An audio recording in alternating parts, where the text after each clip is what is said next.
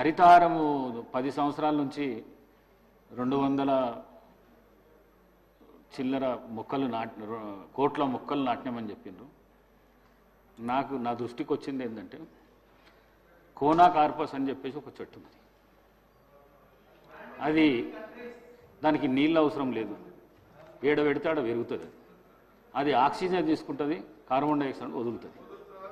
పిట్ట కూడా దాని మీద కూసోదు. అట్లాంటి చెట్లు మీరు తెలంగాణ రాష్ట్రం మొత్తం పెట్టింది.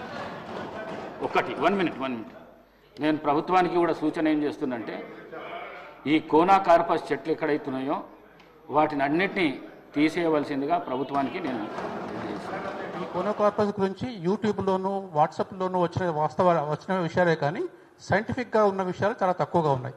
అందుకని మేము సైంటిఫిక్గా వెతికాను. నేను బాగా సెర్చ్ చేశాను మెడ్లైన్స్లోను అక్కడంతాను. అందులో చూసింది ఏంటంటే, ఈ వృక్షానికి ఫస్ట్ ప్రాపర్టీ కార్బన్ డైఆక్సైడ్ గాలిని బాగా ఎక్కువగా పీల్చుకుంటుంది. తక్కువ కాదు, ఎక్కువగా పీల్చుకుంటుంది. ఆక్సిజన్ వాయువును వదులుతుంది. కాబట్టి ఇది very good tree for us. 1 point.